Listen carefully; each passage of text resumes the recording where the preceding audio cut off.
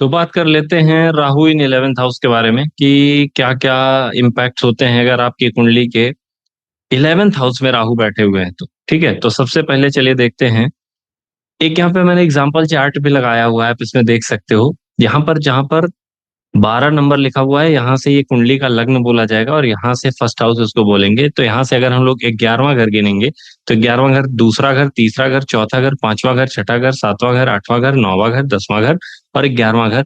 Number क्या लिखे हैं हमसे, हमको उससे मतलब नहीं है, हमें ये ध्यान रखना है कि कुंडली का हाउस कौन सा होता है। ठीक है, नंबर इज जस्ट लाइक, आप ऐसा समझो कि जैसे घर का नंबर लिखा होता है, तो किसी के घर के भी कोई भी नंबर लिखा हो जा सकता है। तो जैसे मान लीजिए यहाँ पर 12 नंबर लिखा हुआ है तो ये मीन लग्न बोला जाएगा, लेकिन फर्स्ट हाउस यही माना जाएगा। ठीक है, इसको फर्स्ट हाउस ही बोलेंगे। देन बात करें तो ये हमारा 11th हाउस हो गया और वहां पर आप देख सकते हो कि राहु बैठा हुआ है मंगल के साथ। ये एक बहुत ही स्पेशल पर्सन का चार्ट है। अगर आपने इससे कभी आपका 1-to-1 हुआ होगा तो आप समझ जा रहे होगे कि किनका चार्ट है।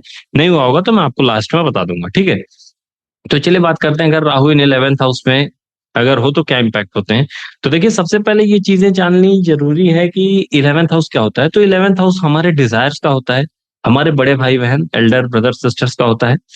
और यहाँ पर हमारा सोशल सर्कल आता है कि हम कैसे लोगों से घिरे हुए रहते हैं, हमारे आसपास कैसे कैसे लोग रहते हैं। ठीक है, तो उसके लिए अगर बात करें तो सबसे पहला जो है यहाँ पे राहु का प्लेसमेंट, क्योंकि डिजायर का हाउस है और राहु खुद एक बहुत बड़ा डिजायरस प्लेनेट है।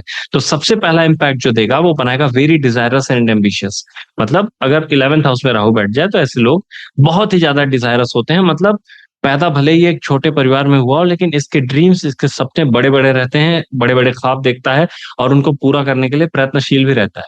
लेकिन इनके लिए बड़ी कमाल की बात है कि एवरी डिजायर इज फुलफिल्ड। मतलब अब ये मान लो कि ब्लेसिंग है इनके लिए कि इनको बस सपने ही देखने हैं। ठीक है, 11th हाउस राहु वालों को मैं कई बार ये सलाह देता हूँ कि भैया ज्यादा परेशान मत हो, एक कोई सपना पकड़ लो, एक कोई डिजायर ले लो, एक कोई डिजायर अपने मन में बनाओ और उसके पीछे लग जाओ। ठीक है, वो आपका पूरा हो जाएगा, आपको ज्यादा मेहनत करने की जरूरत नहीं पड़ेगी। ठीक है, देन अगर बात करें नेक्स्ट पॉइंट तो क्या है, social circle is Messi.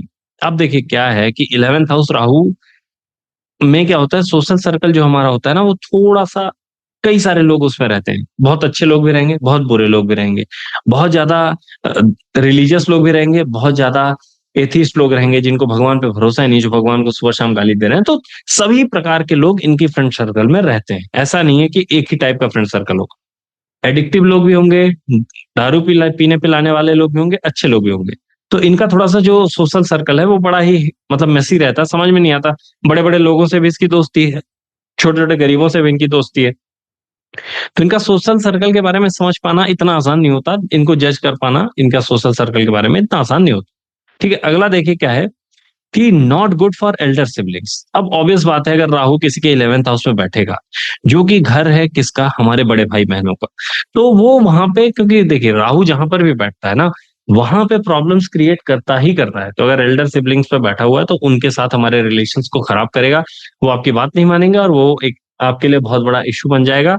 And then आप कॉन्टिन्यूसली उस बात को लेके परेशान होते रहो। तो जनरली राहु 11th हाउस में हो तो एल्डर सिबलिंग्स से प्रॉब्लम्स रिलेशनशिप में जरूर आती हैं, बिकॉज राहु इज लिमिटलेस, तो वो कुछ ना कुछ प्रॉब्लम्स देता ही देता है। ठीक है, नेक्स्ट स्लाइड में देखते हैं क्या है।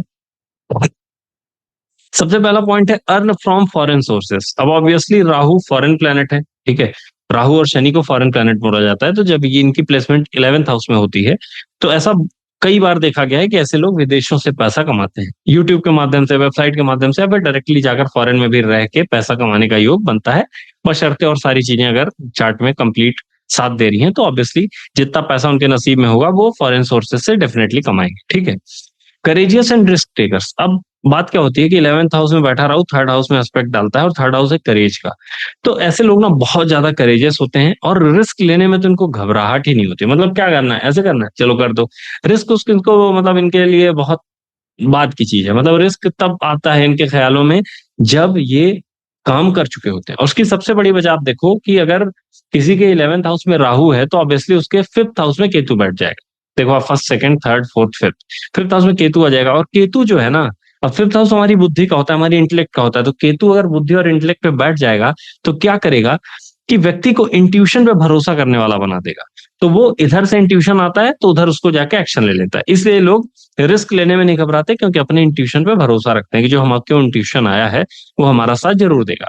इसीलिए ये लोग, देखा जाता है कि शेयर और गैम्बलिंग में बहुत अच्छा करते दिखते हैं। अब देखिए क्या है, यहाँ पे इलीगल है तो मैं उसकी बात नहीं कर रहा हूँ, बट इट्स जस्ट दैट कि शेयर मार्केट के लिए बहुत अच्छा कॉम्बिनेशन होता है। गैम्बलिंग में इनको नहीं जाना चाहिए, मैं तो ये सजेस्ट करूंगा, बिकॉज अगर तो वो राहु अच्छा है तो आपको तो फिर अंबानी बना देगा, लेकिन अगर बुरा है तो फिर मतलब समझ रहे हो सब कुछ बिक जाएगा। तो प्लीज, अगर राहु 11th हाउस में है तो सही सोर्सेज से पैसा कमाने की कोशिश करिए, वहीं आपको बहुत पैसा मिल जाएगा। आपको तो क्या है, बस डिजायर रखना है, अपने सपने देखने हैं, सपने पूरे हो जाने वाले हैं, तो क्यों घबरा रहे हो, फिर आप चिल करो आराम से, ठीक है। एंड देन लास्ट पॉइंट देखें तो मल्टीपल सोर्सेस इनकम होती हैं। अगर 11th हाउस में किसी भी व्यक्ति के राहु हो तो ऐसे व्यक्ति को देखा गया है कि उनके बहुत सारे सोर्स ऑफ इनकम होते हैं। जनरली ऐसे लोग एक काम पे विश्वास नहीं रखता, एक सैलरी से इनका पेट नहीं भरता, इनको बहुत सारे काम चाहिए, बहुत सारे काम करने हैं और उनसे इनको पैसा कमाना है। काम से भी आप समझो कि ज्यादा मतलब नहीं है, बस अगर पैसा आ रहा है तो वो उसके लिए कर लेंगे, पैसे for the sake of money they can do anything. But अगर मनी नहीं आ रहा इन रिटर्न तो फिर इनको थोड़ा सा दुख होता है कि यार किसके लिए इतनी जान देनी जब वापस में पैसे नहीं आ रहा, ठीक है। एंड देन हम लोग अभी ये चार्ट में थोड़ा सा एनालाइज करते हैं, तो इनकी कुंडली में आप देखो राहु जो है वो बैठा हुआ है मंगल के साथ, और मंगल उच्च का है, ठीक है, 10 नंबर पे मंगल उच्च का होता है। तो एक्सॉल्टेड मार्स का साथ पाने के कारण ये राहु और ब्रिलियंटली काम करेगा, ठीक है। एंड व्हेन इनकी दशा स्टार्ट हुई राहु की, इन्होंने मतलब तबाही तबाही मचा दी। ये इलॉन मस्क का चार्ट है, और उनकी जब राहु की महादशा चली 2015 के बाद, उसके बाद से उन्होंने जितना करियर में राइज देखा, जितना उनको पैसे को लेके, अब सोचो आपकी, हमने क्या बात की थी कि अर्न फ्रॉम फॉरेन सोर्सेस, इन्होंने फॉरेन प्लैनेट्स तक पहुंच गई है, ठीक है। तो वो राहु का ही कमाल है। आप अगर लिमिट से ज्यादा सोच पा रहे हो तो राहु का कमाल है। Every research is mostly all about Rahu, क्योंकि राहु ही वो जुनून देता है जो आदमी को लिमिट तोड़ के हर काम करने के लिए पावर देता है, स्ट्रांग बनाता है कि आप कुछ भी कर सकते हो, आप कहीं भी जा सकते हो, ठीक है। तो ये राहु क्या है, ऑब्वियसली मार्स के साथ होने के कारण बहुत अच्छा हो गया, बट अगर इंडिपेंडेंट राहु यहाँ पर अकेला भी बैठा होता तो वो डिजायर्स को पूरा करने में बहुत ज्यादा काम करता है, बहुत ज्यादा हेल्पफुल रहता है। बस ऐसे लोगों को थोड़ा अपनी फ्रेंडशिप पर ध्यान देना चाहिए कि हमारी दोस्ती कहीं किससे तो नहीं हो गई, और कहीं गलत कोई आदमी हमको गलत सलाह तो नहीं दे रहा। इन सभी चीजों का अगर आप ध्यान रखोगे तो 11th हाउस राहु आपके सभी डिजायर्स पूरे करवा देगा। हाँ, कई बार कुछ प्रॉब्लम्स आती हैं क्योंकि वो गलत राशि में बैठा होता है, गलत प्लैनेट्स के साथ बैठा होता है, गलत एस्पेक्ट्स होती हैं उसके ऊपर। तो इन सभी बातों को अगर हम नहीं समझेंगे और डायरेक्टली अप्लाई करेंगे कि राहु इन 11th हाउस हमारे डिजायर्स पूरे नहीं हो रहे हैं, तो ये गलत प्रिंसिपल है, ऐसा नहीं होता।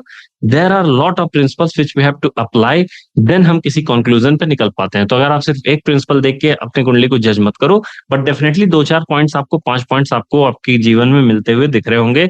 और मैं वही क्रीम पॉइंट्स निकाल के बता रहा हूँ जो मोस्टली हर व्यक्ति के जीवन में हुआ होगा। 11th हाउस राहु वाले या तो शेयर मार्केट से पैसा कमाए रहते हैं या पैसा गवाए रहते हैं, ठीक है, दोनों ही सिनेरियो बन सकता है।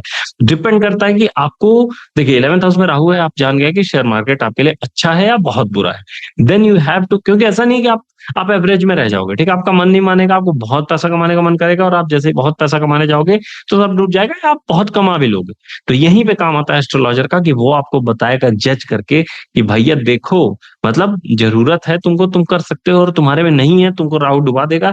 ये सारी चीजें कौन बताएगा आपको? एस्ट्रोलॉजर बताएगा, ठीक है। क्योंकि और दूसरी चीज है, गलत तरीके से कमाने की कोशिश मत करें, बिकॉज वो राहु फिर 2-4 बार अच्छा लगता है, 5वीं बार में भाई चोरी आप कितनी बार कर लो, एक आध बारी तो पकड़ा जाओगे ना, और वो पकड़ाओगे तो पूरी बेइज्जती हो जाती है। तो इसलिए मैं सजेस्ट करूंगा कि आप प्लीज गलत तरीके से पैसे ना कमाएं।